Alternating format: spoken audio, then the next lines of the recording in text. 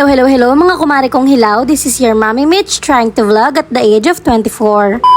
Ngayong araw nga mga kumare ko ay birthday ng Mommy Mitch nyo. Aring at pagkagising ko ay naglakad-lakad muna ako kaso hindi naalis sa pwesto. Nagtataka nga pala ako kung bakit maaga umalis ang asawa ko kaya uminom muna ako ng kape. At kako nga ay hahanapin ko. Aring at pinuntahan ko sa van at pagpunta ko nga abay may diladalang bulaklak at cake. Abay may plano palang surprise ako ay pagkabulok naman. Ayaw gagaling-galingan. Ayan tuloy't nahuli ko. Sadya naman nga ako'y mauutas diyan kakatawa. Kaya naman pala pagkakaagang gumising at maya nang umalaman cellphone, may katarato naman pala sa bulaklak. Dapat nga daw mamayang gabi pa niya yan ibibigay, kaso mo nga daw aalis ang kanyang pag-orderan ng bulaklak ay baka hindi pa niya makuha. At dahil nga nahuli ko siya sa kanyang gagawing surprise, scripted na lamang ito. Kahit nga failed ang kanyang ginawang surprise na ito, ako na may naging masaya talaga. Bukod nga sa nakita ko ang reaksyon niya dahil nahuli ko sila, ay nakita ko rin ang reaksyon ni Miraya, talaga namang mauutas din ako kakatawa. Aring at hangang-hanga pa sa bulaklak na binigay ng daddy niya at may fairy lights pa. Syempre naman, kahit hindi successful ang kanilang pag-surprise, sobrang na-appreciate ko ang effort ng asawa ko. Shoutout nga pala sa asawa ko, sana may susunod pa at galing-galingan mo. After nga ng failure na surprise nila, inirampa-rampa ko muna itong corona na napanalunan ni Hailey. Paano ba naman ay pipicturan daw niya? Aring at pinagtripan ko pa si Miraya, tingnan nyo naman na reaksyon, talaga namang gigil na sa akin. Akala mo hindi ako ang nanay. Maya-maya nga lang nagyakag si Hailey na pumunta daw muna kami sa Easy Mart Robinson dahil nga ipagbe-bake daw niya ako ng banana cake at nag-request nga din ako na banana cake na lang ang i-bake. Aring at niyaya niya ang kuya niya para ipag-drive kami. Bago nga pala kami umalis, kumain muna kami ng kaunting pansit canton dito. Dahil nagpaalmusal nga ang mama or biyanan ko sa mga panday, kaya naman nakikain din kami. Hindi naman namin inagawa, nakihati lang kami, natakamba naman kami sa amo. Pagkatapos nga namin kumain na pansit canton, umalis na rin kami. Malapit lang naman dito ang Easy Mart pero medyo malayo kung lalakarin mo. At syempre nga dahil walang mag-aalaga sa Junakis ko, isinama na din namin. Nagantay nga lang pala kami ng kaunti dito sa sasakyan dahil tinawag ng panday si Miggy. May tinanong lang about dun sa pinapagawang hagdan. Mabilis lang naman yon kaya nakaalis din kami agad. At dahil nga nakasasakyan naman kami, sandali lang din kami nakarating doon. Bibili nga lang pala dito si Hailey ng kanyang gagamitin sa pagbe-bake niya. At kami naman ni Miggy bibili ng para sa lulutuin kong spaghetti at pesto pasta. Aring at hindi nga ako nakapamili ng maayos dahil nga nag-alaga ako dito sa batuta ko. Lahat na lang ba naman ng madampot ay tinatapon. Kaya kailangan talaga bantayan dahil baka makabasag pa, magdoble-doble pa ang babayaran. Maya nga lang ito tapos na kaming mamili at babayaran na lang ito sa counter. Kaya naman sabi ko kay Miggy, una na kami sasakyan dahil baka makabasag pa nga si Miraya. Aring at pagpunta namin sa loob ng sasakyan ay dede agad ang hana. Pag-uwi nga namin, nag-umpisa na rin ako maggayat ng mga kailangan ko para mamaya sa lulutuin ko. Pagkatapos ko nga maggayat ng mga kung ano-ano, inumpisahan ko ng lutuin ng spaghetti. Balisos na nga lang muna ang lulutuin ko dito dahil nga ang pasta ay napalambot na ng biyanan ko. Nung matapos ko nga din itong maluto, isinama ko na lang sa pasta dahil para hindi magkulang ang sauce. At tamang-tama nga lang din naman nga ang ginawa kong sauce para sa niluto naming pasta. Nung matapos nga ako sa spaghetti, ay niluto ko naman ng pesto pasta. Bali nagpakulo lang ako dyan ng tubig na mainit tapos pinalambot ko na ang pasta. Nung malambot na nga ang pasta, ay hinango ko na ito. Pagkatapos ay niluto ko na ang sauce na gagamitin sa pesto pasta. Bali pinagsama-sama ko nga lang pala dyan yung mga pinamili namin kanina sa Easy Mart. Napakadali nga lang pala nito lutuin at napakasarap na recipe. Kaya kung mahilig ka nga sa white pasta, isubukan mo na itong recipe na to dahil hindi ka magsisisi. Comment nga lang kayo kung gusto nyo malaman na recipe na ginamit ko dito at kung paano ko ito lutuin. Nung matapos ko na nga ding lutuin ng sauce, ay inihalo ko na lang din dito ang pasta dahil para nga hindi na magkulang ang sauce. Nung matapos ko na nga lutuin lahat, tinawag na rin namin ng panday at pinamerienda na mga ito. Hindi ko na nga rin pinadamihan ng handa dahil nga mamaya ay may balak din kaming kumain sa labas. Habang nagmemeriendahan nga sila, pinuntahan ko naman si Miraya sa kubo dahil nga doon sila nakatambay kanina. At pagtingin ko nga ay tulog na ang bata. Nagligpit nga pala muna ako ng pinagkainan bago ako maligo. Nung matapos na nga din ako maligo, yung aura-aura muna ako dito gamit ang bulaklak na bigyan ng asawa ko. Mas maganda kasing tingnan sa gabi dahil ng fairy lights nito. Nag-outfit check nga muna ako dito at syempre very Koreana ang person. Pagbigyan nyo na at birthday naman. Very twinning nga pala kami ni Miraya dyan ng outfit dahil wala lang. Gusto ko kasi pares kami ng outfit para naman masabi ko na like mother, like daughter. Gabi na nga din pala kami nakaalis ng bahay, mga bandang alas 7. Kaya naman gabi na rin kami nakapunta sa pupuntahan namin. Inabot pa nga kami ng ang traffic dito sa may bandang Mendez, Tagaytay, kaya lalo kaming ginabi. Lagi ang traffic dito dahil nga sa ginagawang daan. At dahil nga naihina mga person sa lamig, nag-stop over muna kami dito para gumamit ng restroom. Dahil hindi naman nga sa pag-ano, ay ang pagkakalamig naman talaga. Aringat nagulat ako at paglabas ko ng CR, si Miray nakasakay pa dito sa may lavatory. Kakoy baka mahulog, sayaw pa ng sayaw. Syempre naman, bago tayo lumabas ng CR, mag-selfie-selfie muna tayo, mag-slay-slay tayo dito sa salamin. Hindi lang naman ako ang gumagawa nito, alam ko maraming re-rate dyan. Kaya alam nyo na kung bakit matagal mag-CR ang babae. Maya-maya nga lang nakarating na rin kami sa pupuntahan namin. Bali dito nga pala kami kakain sa Samgyupsal sa Tagaytay. O diba, lalakas ng trip, dayo pa ng Tagaytay para mag-Samgyup. Nasa second floor nga pala yung Samgyupan na yon, kaya kami umakit pa ng hagdan. Pagkaakit nga naman yung una namin ginawa ay mag-picture-picture, hindi pumasok sa loob. Ari nga tuwan-tuwa na naman si Miraya. Ewan ko ba sa batang ito, tuwing makakababa na lamang, ay tuwan-tuwa. Maya-maya nga lang ipumasok na rin kami sa loob dahil grabe naman sinisikmura na ako. Nagugutom na ba naman ng person? Hindi nga kasi ako kumain ng lunch kanina dahil nga alam ko kakain kami, kaso ginabi na nga kami ng kain. Ang kain nga pala namin ito ay sagot ng biyanan ko, kaya naman salamat mama sa araw-araw mong pagpapakain sa amin. Maya-maya nga lang inagdatingan na rin ang mga pagkain namin. Inuna nga nilang dalhin dito ang cutleries at side dish. Happy birthday nga pala sa sarili ko at busugan na naman. At dahil nga birthday ko ay wala muna tayong diet. Aring at pagkakabait ni Hailey at pinagluluto pa ako ng pork. Birthday ko daw kasi. Ang sarap nga nang kinain namin dyan, lalong-lalo na si Miggy dahil siya ang nag-request na mag-samgyup na lang daw kami dahil nga nakikrave daw siya sa ihaw. Ari namang si Miraya, parang ayaw lagi na nakain ako ng madami. Sa tuwing nakain na ba naman ako ay laging may ginagawang kalukuhan. Kaya napapatigil ang kain ko at nag-aalaga na lang ng bata. Sulit na sulit naman din nga ang dayo namin dito sa Tagaytay Samgyupsal dahil napakamalasa naman talaga ng mga pork nila. Ari nga at borlog na ang biyanan ko dahil nga sa kabusugan. Nakakatulog na siguro sa mahal ng babayaran. Nung matapos nga din kami kumain, nagpicture-picture lang kami dito sa labas at umuwi na rin kami. Mag-aalas 11 na rin kasi niya ng gabi kaya uuwi na rin kami. May kasama pa kaming bata. O siya, hanggang dito na lang muna. Maraming salamat sa pag-aaksaya ng oras nyo. Makikilike, comment, and share na din. Bye-bye!